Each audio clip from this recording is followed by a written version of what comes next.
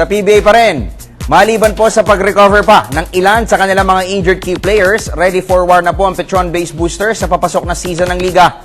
Sa pakikipagkwentuhan po sa PTV Sports ni Team Superstar Arwin Santos, sobrang excited na umano sila na magpakitang muli ng puwersa.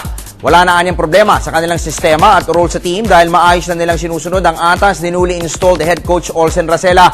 Kwento pa ng Lubao, Pampanga dribbler. Walang ganong adjustment na nararamdaman ng mga players dahil halos pareho naman ang ini-employ nilang taktika mula sa nakasanayan nila under former coach Ato Agustin.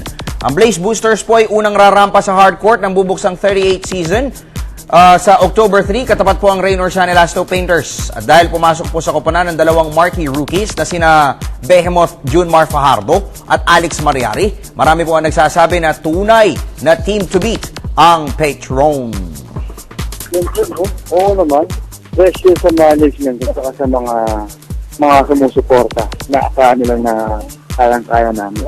Pero paano nyo pinapagpag yung pressure na yun, boss? Siguro yung sistema, may sistema kami, gawin namin ng tama yung sistema.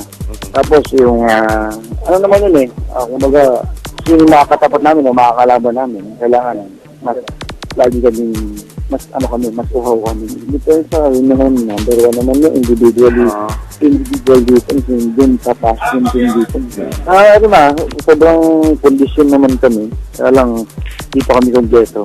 Mga nagre-recovery pa si martial officer. Ganda gabi sa iyo, Arwin Santos. Ganyan na rin sa yung napakagandang may bahay na si Yvette at sina Audrey at Iona. Ayan, nanonood po sila. Kasabay ninyo.